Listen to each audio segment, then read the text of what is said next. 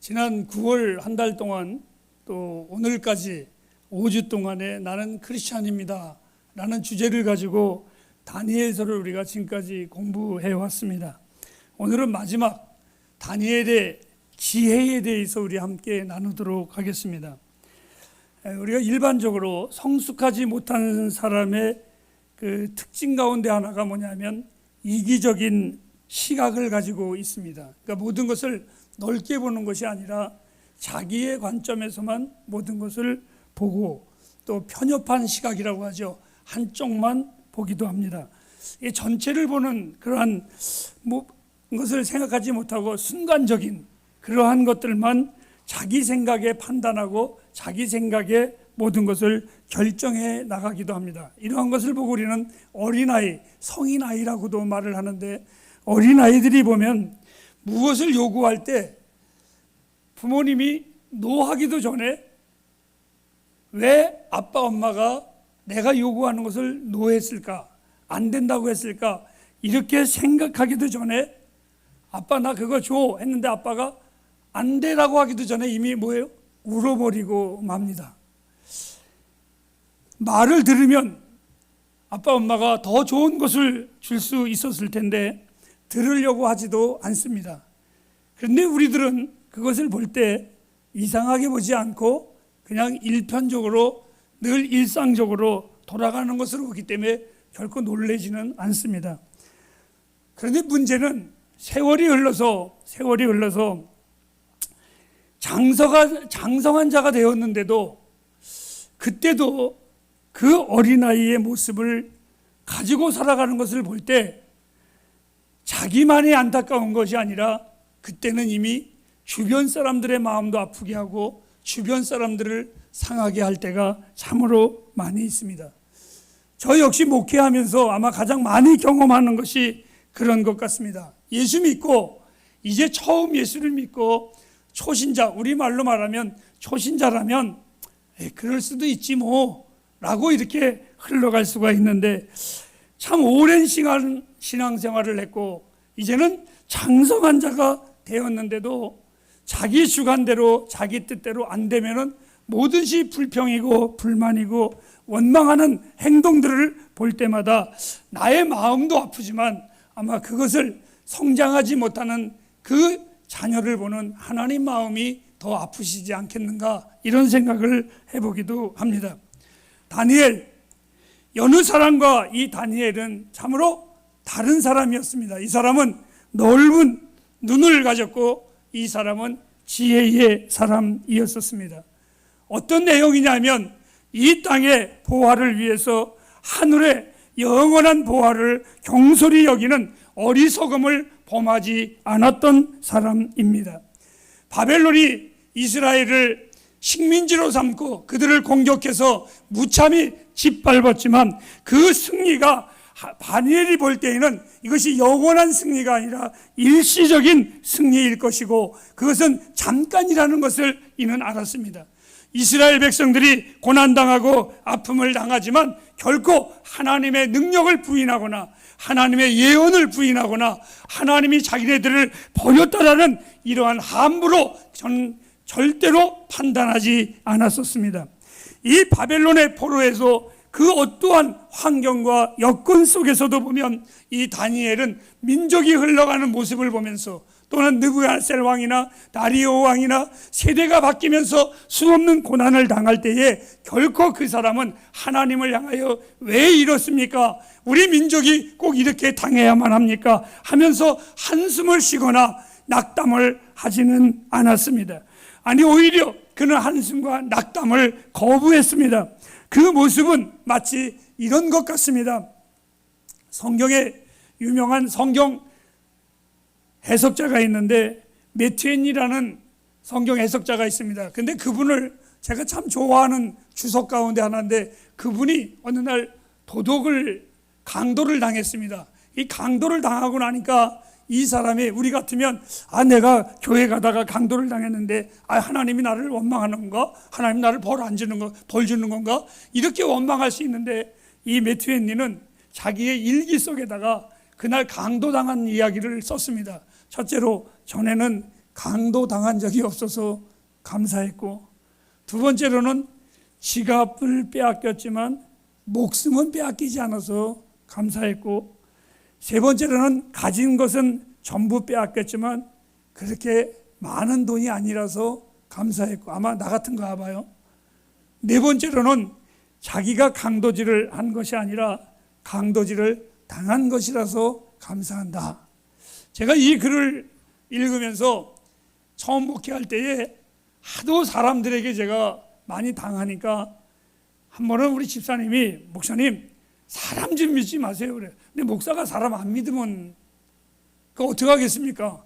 그래서 웃었더니 그분이 그렇게 저한테 모질게 안타까우니까 말을 해놓고 마음이 찔렸던지 돌아서서 하시는 말씀이, 그래도 목사님이 다른 사람 마음 아프게 하는 것보다 우리 목사님이 아픔을 당한 것이 저희는 감사해요.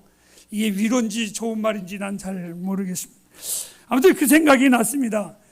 이 매튜엔이라는 사람이 강도를 당했을 때에 하나님 앞에 원망하지 아니하고 그것을 오히려 감사를 했다면, 오늘 이 다니엘 역시 그 바벨론의 포로로 잡혀가서 수없는 위기 속에 있는데도 이는 함부로 하나님에 대하여 평가하지 않았고 함부로 자기의 혀를 놀리지를 않았습니다. 하나님이 우리를 절대로 함부로 대하실 분이 아니라는 것을 이 다니엘은 알고 있었습니다. 사랑하는 여러분, 첫 번째 여러분에게 하나님에 대한 믿음을 던집니다. 하나님은 절대로 나와 여러분을 함부로 대하시지 않습니다. 오늘 우리가 부른 찬양 중에 그가 나를 보배롭고 존귀하게 여긴다고 그랬습니다. 그런 하나님이시니까 그것을 여러분의 마음속에 우선 깊이 새기시기를 바랍니다. 잠언 9장 10절 말씀해 보면 정말 바보는 하나님을 가볍게 여기는 사람이 바보입니다.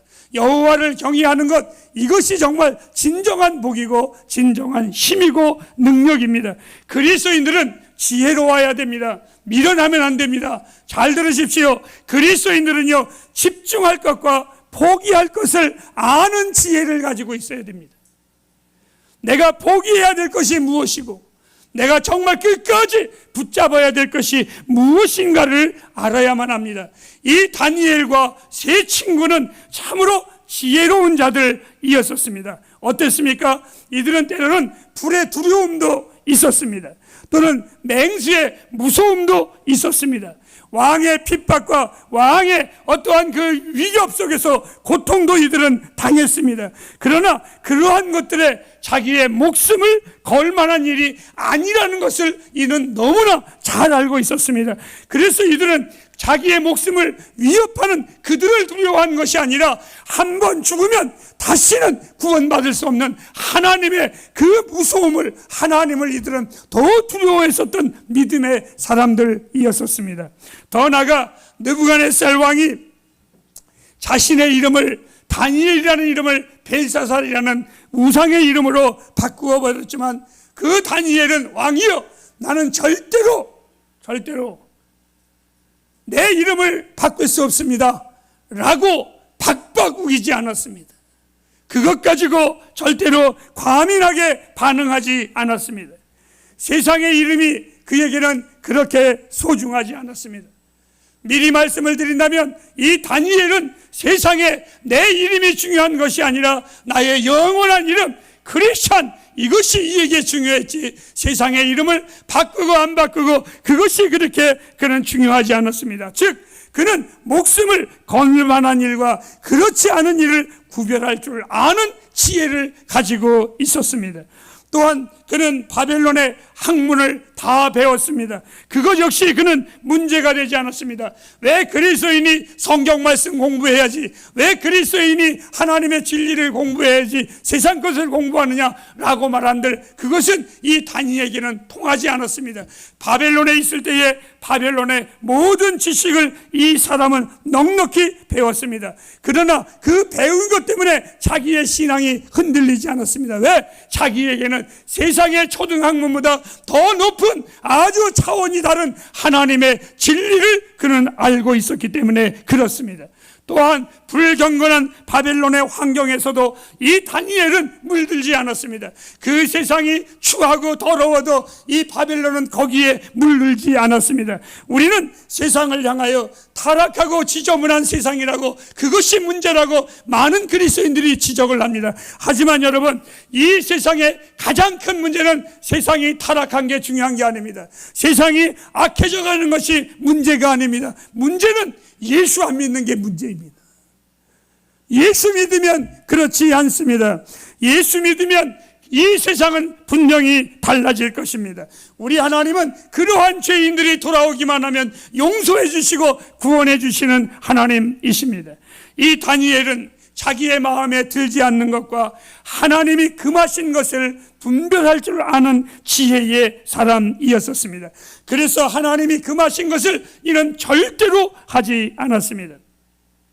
저는 우리 햇불 가족들에게 이렇게 전하고 외칩니다. 세상에 오염될까 봐 너무 지나치게 겁내지 마시기를 바랍니다.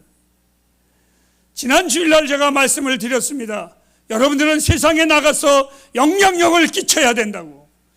세상에 나가는 것이 두려운 것이 아니라 우리 그리스도의 청년들이, 그리스도의 사람들이 학교에 가서 영향력을 끼쳐야 되고 직장에 가서 영향력을 끼쳐야 되니까 세상을 향해서 나가라고. 주님은 성경의 제자들을 부를 때 이렇게 말했습니다. 마태복음 4장에 보면 수고하고 무거운 짐진 자들아 다 내게로 오라 그랬습니다. 그리고 그의 온 자들에게 주님은 이렇게 말씀하셨습니다. 내게 와서 배우라 그랬습니다. 배우고 난 후에 마태복음 28장에 뭐라 그랬습니까? 이제 너희는 세상을 향해서 가라 라고 말했습니다. 오늘날 한국교회의 가장 큰 문제는 오고 배우는 것은 있지만 가는 것이 없습니다. 정말 세상을 향하여 영향력을 끼쳐야 되는데 절대 그렇지 않습니다. 오히려 세상에 나가면 너희들 오염되고 세상에 나가면 더러워지니까 나가지 말라고 합니다. 사랑하는 여러분, 세상을 너무 두려워하지 마십시오. 세상의 오염에 너무 염려하지 마시기 바랍니다. 제가 우스운 이야기 하나 할까요? 제가 신학교 다닐 때였습니다. 지금으로부터 약 35년 40년 전 일입니다. 그때에 크레스트 신용카드를 가지고 있는 사람이 저 하나였었습니다. 그것이 얼마나 좋았던지 백화점에서만 있었던 롯데백화점에서만 나온 겁니다. 그 카드를 제 와이셔츠 주머니에다 넣고 나면 아주 나만큼 세련된 남자는 없는 것 같았습니다. 너무 멋있었습니다. 그리고 신학생들만, 그때만 해도 우리 장로교 신학교에서는 서울 명동만 가도 그 큰일 났습니다. 그건 소돔과 고모라 가는 걸로 취급을 했습니다. 큰일 났습니다. 절대로 안 됐습니다. 호텔 이런 데 어디를 가냐고. 다만 제가 신학생이 무슨 돈이 있어서 신용카드를 만들었겠습니까? 마누라 하나만 잘 건지면 됩니다. 자, 근데 그 신용카드를 가졌는데 그때에 문제가 발생이 된 겁니다. 무슨 문제가 발생이 됐냐면 그때 당시에 여러분들 그거 아시죠? 이장님 사건. 주님이 몇 월 며칠 날 오신다라는 사건. 네? 다가올 미래를 대비하라. 우리 하여튼 형님 목사님 진짜 네, 대단하세요. 힘에는 없으실 것 같아요. 근데 그때에 그것이 굉장히 성행할 때였습니다. 그러면서 신학생들이 전부가 다 절대로 안 된다는 거예요. 우리 신학교에도 두 가지 파가 있었습니다. 하나는 뭐냐면 산파가 있었습니다. 기도원파. 금요일만 되면 기도원에 가는 우리 친구들. 근데 저는 이제 날라리파에 속해 있습니다. 나는 안 가니까. 근데 제가 더 날라리파가 된 것은 신용카드를 가지고 있었던 게 문제가 됐습니다. 왜? 666 바코드, 마귀 숫자를 가지고 있다. 요한계시록을 학교에서 가르칠 때마다 그때 당시에 많은 목사님들이 다 그랬어요. 여러분 뭐라고 얘기를 했냐면 앞으로 경제 마귀가 모든 사람들에게 이마에게 또 손에다가 미간에다가 바코드 스캔만 하면 전부 다 된다. 사실 지금 그렇게 돼가고 있지 않습니까? 그런데 그 크레디트 카드가 바코드가 있는데 그것이 곧 마귀 666 번호라는 거예요. 근데 그것을 신학생인 내가 가지고 있으니 이건 완전히 집중 포화를 맞는 겁니다. 가뜩이나 날라리 같은 놈이 그걸 가지고 있으니 사람 환장하겠대요. 여러분, 그런데 그걸 극히 반대했었던 제 친구 목사가 있습니다. 강원도 원주에 있는데 이 친구가 어느 날 밥을 사주는데 크레디트 카드로 다 결제를 하더라고요. 그래서 제가 가만히 있었겠습니까? 이 박간족이가 야, 너 신학교 다닐 때 내 카드 가졌다고 마귀 인식표 가지고 다닌다고 너 나한테 지랄했지?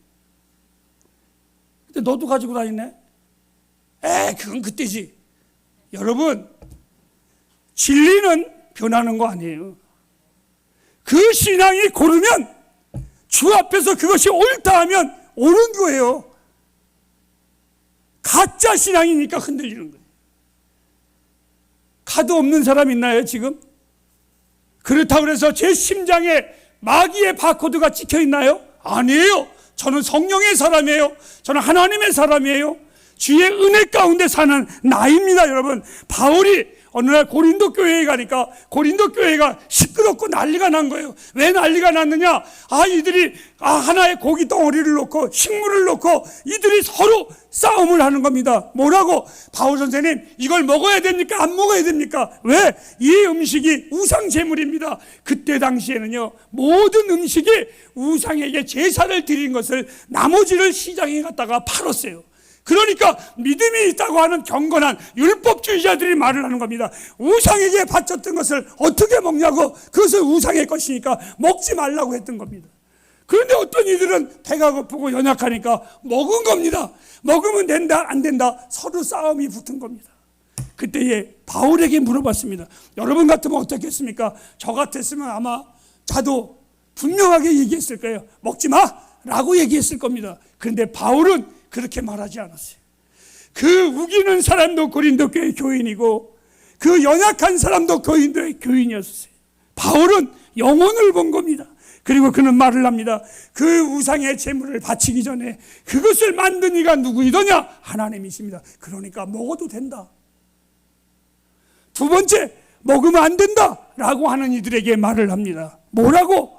야, 내 믿음이 안 먹어도 그것이 영 안 맥히면 먹지 않아도 된다. 바울은 먹어도 된다 안 먹어도 된다가 아니라 두 가지를 다 선택을 했던 하나님의 사람이었었습니다. 사랑하는 여러분, 율법주의자들에게 절대로 넘어가지 마시기를 바랍니다. 그들도 어찌 보면 다 성경을 가지고 있습니다. 하지만 사랑하는 우리 햇불가족전 여러분들은 예수 그리스도의 진리 위에는 절대로 구걸해서는 안 됩니다. 구원을 받은 것, 율법으로 받은 것이 아니라 전적인 하나님의 은혜로 된 것입니다. 다시 율법으로 돌아가면 안 됩니다. 전적인 하나님의 은혜. 그렇다면 나와 여러분들은 그 은혜에 감격하면서 살아가는 그리스도인들이 되기를 바랍니다. 저는 확신합니다. 내 안에 성령님이 계시고 세상의 그 어떤 풍조보다 이 성령님은 강하신 분이심을 저는 확실히 믿습니다. 여러분, 그들은 마귀를 보고 있었습니다. 된다 안 된다 율법적으로 따지는 그들은 어떻게 보면 진정한 그리스도인들은 아닙니다. 제가 이 예화를 드려야 되는지는 모르겠습니다. 전에 우리 장로님이, 진장로님이 예전에 계셨던 교회에서 한번 난리가 났었대요. 왜 그랬느냐? 옥상에 올라가니까 많은 사람들이 담배를 몰래 피더래요.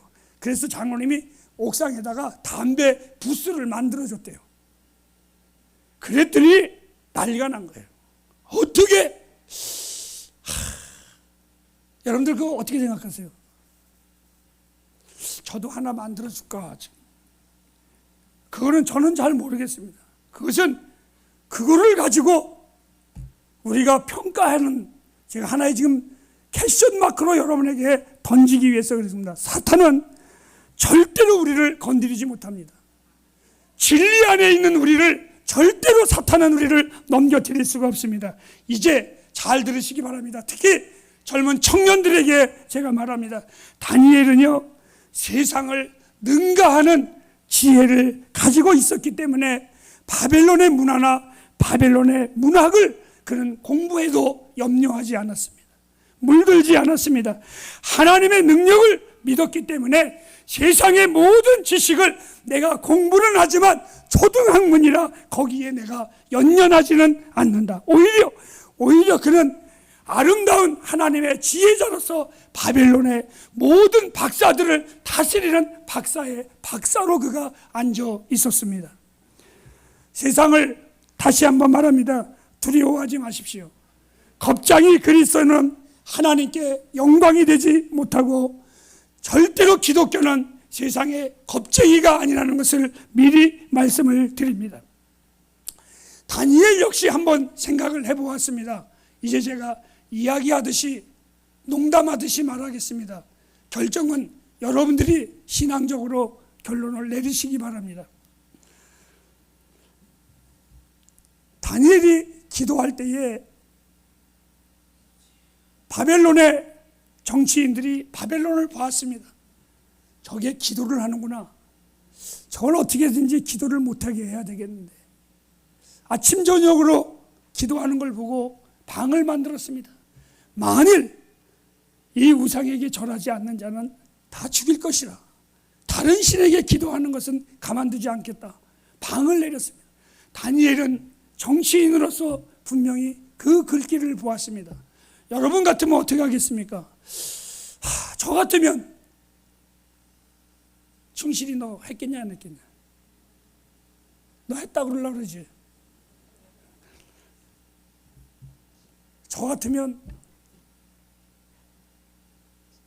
숨어서 하면 괜찮지 않을까? 안 보이게. 이 박계쟁이는 분명히 했을 거예요. 하기는 하는데 숨어서. 그들이 9시에 오면 나는 8시에 얼른 맞춰야지. 아마 나는 그렇게 했을 것입니다.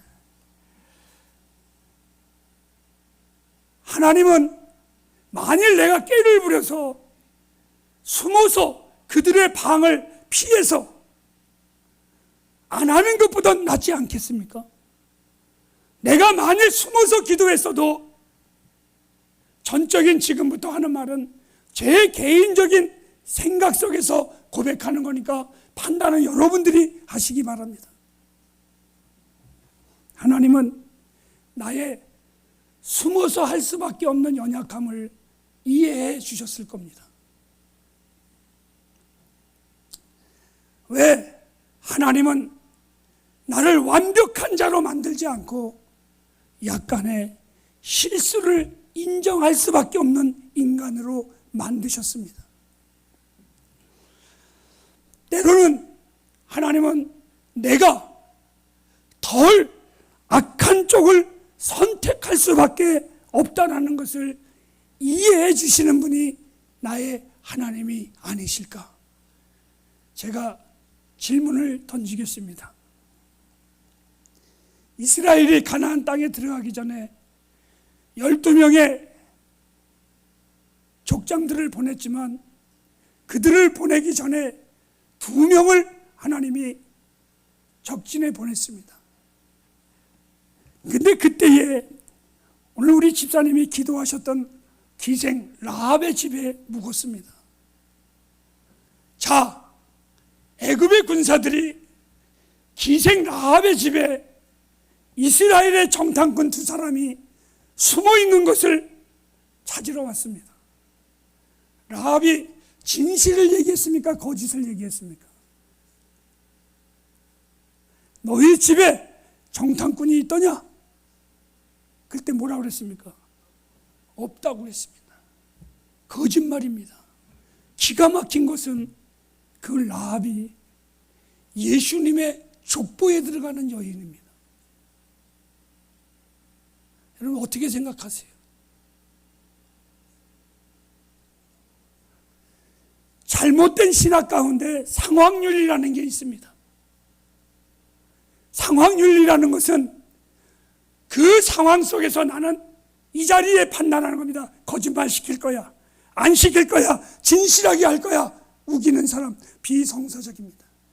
그런데 우리 기독교의 상황윤리는 상황적 윤리입니다. 즉, 이 자리에 너 순교할래 안 할래가 아니라 나는 지금 순교할 거야. 지금은 말할 수 있지만 막상 그 자리가 오면 어떻게 할 거냐. 그런데 그리스도인의 상황적 윤리는 그 순간이 오면 하나님께서 피할 길을 주실 거야. 오늘 이 기생 라합 분명히 거짓말했습니다. 그런데 하나님이 그를 족보에 세우셨습니다. 누군가가 나에게 거짓말했잖아요 하면 거기에 대한 답이 아까 제게 얘기했습니다. 하나님은 내가 덜 악한 쪽으로 그들을 신고해서 죽이는 것보다 안 신고해서 살리는 쪽을 하나님은 이해해 주실 거야. 또 하나, 제 원래 별명이, 미국에 있는 친구들은 저에게 편지를 오거나 글을 쓰면 엘리야라고 합니다. 엘리야 박. 하도 제가 무섭게 말을 하기 때문에. 나아만 장군이 문둥병에 걸렸습니다. 그런데 그가 문둥병이 낫자 예수를 믿게 됐습니다. 얼마나 좋은 일입니까? 이방 나라의 장군이. 근데 어느 날 이제 장군이 말합니다. 엘리사에게, 선지자여, 내가 이제 예수 믿고 구원받았으니 하나님의 사람으로 살겠습니다. 이렇게 고백을 했습니다. 근데 그가 자기의 고향으로 이방 나라에 가다가 한 가지 문제가 생겼습니다. 뭐냐? 우리 성경을 한번 읽어보실까요? 열왕기하 시작.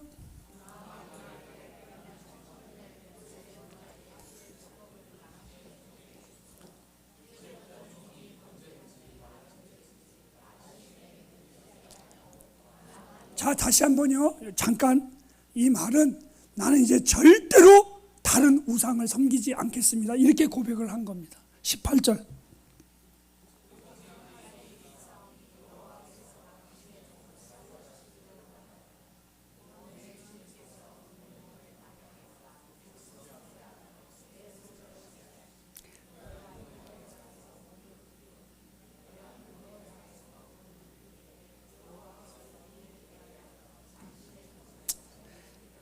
이 말입니다. 엘리사 선지자요, 나는 절대로 이제는 우상을 섬기지 않을 겁니다. 그런데 문제가 생긴 겁니다. 그 고백을 하자마자 한 절 딱 지나서 자기가 고향으로 가려니까 이방 나라의 왕이, 나도 종인데 들어올 때에 그 림몬이라는 땅에서 내가 절하지 않으면 나를 능지처참할 것인데, 엘리사 선지자여, 하나님이 나를 어떻게 여기시겠나이까? 여러분들 어떻게 생각하세요? 얼마나 괴로웠겠어요? 나 같으면 이 장군에게, 사람은 한 번 갔다가 가는 건 정한이치인데 순교해, 죽어, 절대 안 돼. 아마 저는 그랬을 것입니다. 그런데요, 그 고민을 가지고 있는 나아만에게 그 불같은 선지자 엘리사가 아주 평안한 얼굴로 그에게 말을 합니다. 다 같이 읽으실까요? 시작.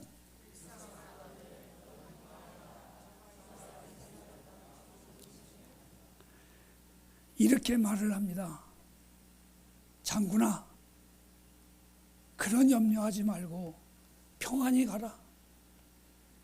그 상황에서 하나님이 너에게 가르쳐 주실 거니까 평안히 가라.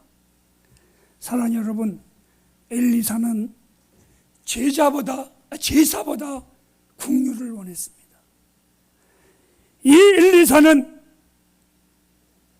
그 어떠한 예배보다 생명을 중시 여겼습니다. 이 엘리사는 그 어떠한 율법보다 하나님의 인애를 그는 더 원했습니다. 호세아서 6장 6절 말씀을 한번 보실까요? 나는 인애를 원하고 제사를 원치 아니하며 번제보다 하나님 아는 것을 원하노라. 사랑하는 여러분, 이것이 바로 그리스도인들의 지혜입니다. 이것이 그리스도인들의 아량입니다. 다니엘서를 마칩니다. 지난 5주 동안 다니엘서는 저에게 준 교훈이 있었는데, 내가 나의 남은 날 동안에 어디 가든지 혹 복음을 전할 기회가 있을 때에 저는 이 다니엘서를 그들에게 가르치기를 작심했습니다. 다니엘의 소망, 세상이 아무리 약해도 나는 하나님이 역사의 주인이심을 믿어, 이 소망을 가지고 있었습니다. 또 다니엘은 겸손했습니다. 그는 정말 겸손했습니다. 이것을 우리 가르쳐야 합니다. 그리고 오늘 마지막, 다니엘은 세상을 두려워한 것이 아니라 세상 위에서 세상을 능히 이기는 지혜자였었습니다. 사랑하는 햇불가족 여러분, 제가 이 말씀을 드리고 마치겠습니다. 나는 크리스찬입니다. 여러분들은 하나님의 자녀라는 것 잊지 마십시오. 그리하면 시냇가의 나무가 사시사철 푸름과 같이 하나님이 여러분들을 풍요롭게 만드실 것을 저는 믿습니다. 다시 한번 말씀드립니다. 나와 여러분들은 크리스찬입니다. 하나님의 사람입니다. 기도하겠습니다.